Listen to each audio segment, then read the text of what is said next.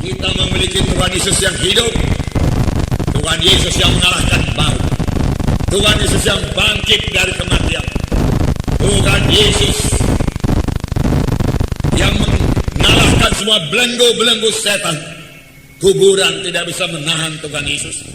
Pengawal-pengawal tidak bisa menahan kebangkitan Tuhan Yesus. Setan iblis tidak bisa menahan kebangkitan Tuhan Yesus. Yesus bangkit daripada kematian. Yesus hidup. Yesus bangkit pada hari yang ketiga. Yesus hidup. Amin. Haleluya. Haleluya. Mari kita semua bersuka cita padaku karena Yesus hidup. Amin. Yesus hidup. Puji Tuhan.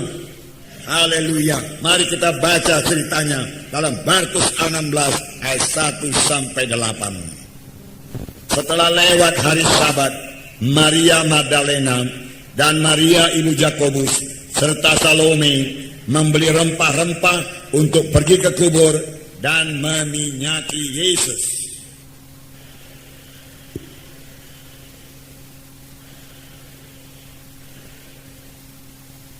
Mereka berkata seorang kepada yang lain, siapa yang akan menggulingkan batu itu bagi kita dari pintu kubur?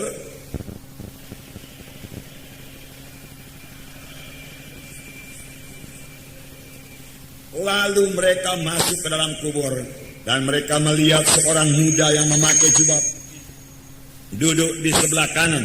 Mereka pun sangat terkejut.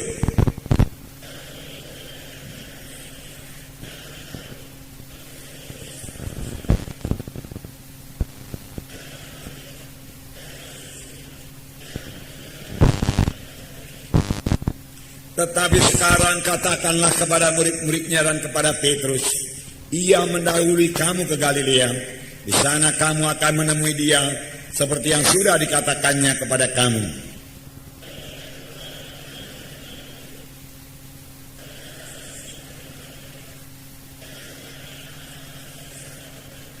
Karena takut dan seterusnya.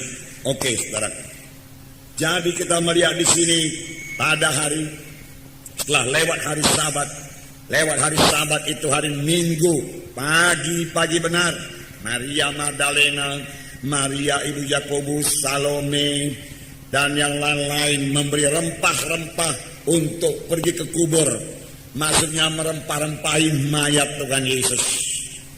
Mereka betul-betul yakin, mereka betul-betul percaya mereka akan berjumpa dengan mayat Yesus.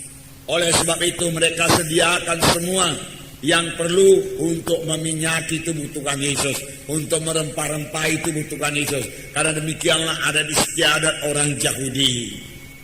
Dan dalam perjalanan mereka berbicara sama lain, bagaimanakah kita bisa masuk dalam kuburan itu? Karena kuburan itu dijaga oleh pengawal-pengawal dan kuburan itu disegel. Tentu kita tidak diizinkan masuk ke dalam kuburan tersebut.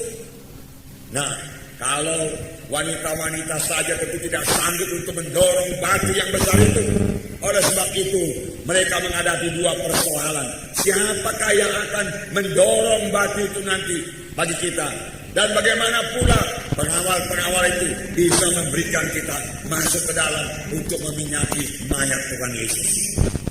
Nah, saudara yang kekasih dalam nama Yesus, mereka punya persoalan.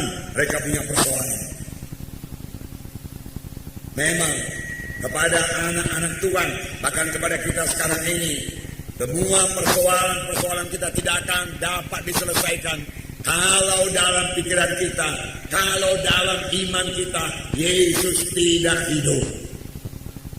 Mengapa mereka begitu berduka cita pergi ke kuburan? Maria Magdalena berduka cita, Maria ibu Yakobus berduka cita, Salome berduka cita karena dalam pikiran mereka, dalam iman mereka, Yesus dalam kubur, Yesus mati. Dengan Yesus yang mati dalam iman kita, saudaraku, tidak ada sukacita. Kita tidak akan memiliki sukacita. Dengan iman kepada Yesus yang mati, yang tidak bisa menjawab doa, maka persoalan tetap persoalan, batu tetap batu, tidak akan bisa digulingkan. Dengan Yesus yang mati dalam iman kita, maka kita tidak akan berani menghadapi pengawal-pengawal itu. Kita akan ketakutan terhadap pengawal-pengawal. Karena dalam iman Maria Magdalena, Maria ibu Yakobus ini, Yesus masih mati. Yesus itu mayatnya masih bisa ditemukan, dan mereka bermaksud merempah-rempahi mayat Yesus. Tidak ada persoalan yang bisa diselesaikan dengan Yesus yang mati. Kita harus memiliki iman kepada Yesus yang hidup. Barulah persoalan bisa diselesaikan. Batu-batu terguling semua. Amin, saudara. Dengan Yesus yang hidup, pengawal-pengawal tidak bisa bertahan. Dengan Yesus yang hidup, saudaraku, batu-batu pasti terguling. Dengan Yesus yang hidup, saudaraku, penyakit-penyakit disembuhkan. Amin. Dengan Yesus yang hidup, dosa diampuni. Amin. Pada hari ini pegang dalam iman saudara, Yesus hidup. Kita mengetahui apa yang terjadi pada hari Jumat, hari kematian Tuhan Yesus. Tuhan Yesus digantung di kayu salib. Pada waktu itu iblis berpesta pora. Iblis tidak tahu bahwasanya Yesus akan bangkit pada hari yang ketiga. Dia pikir tamatlah sudah riwayat Tuhan Yesus. Kami akan menguasai bumi seluruhnya. Dosa manusia tidak akan bisa diampuni lagi. Karena Yesus yang menanggung dosa manusia sudah mati di kayu salib. Yesus mati, dia katakan mereka pesta pora. Panjang malam mereka pesta pora, berteriak-teriak sana sini. Satu pesta yang penuh dengan kenajisan dan lain sebagainya. Mereka berkata, kita yang berkuasa di bumi sekarang, kita akan membawa semua manusia ke neraka. Semua manusia tidak ada yang selamat lagi, karena tidak lagi yang menebus dosa mereka. Demikian mereka berpesta pora pada hari Jumat. Demikian mereka pesta pora pada hari Sabtu. Demikian mereka pesta pora pada hari Sabtu malam. Oh, semua setan bersorak-sorai, bersukacita dalam kegelapan.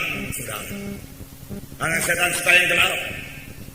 Tapi tiba-tiba saudaraku, fajar terang Tuhan merekam. Oh, setan sedang pada berteriak, semua ketakutan. Apa yang terjadi?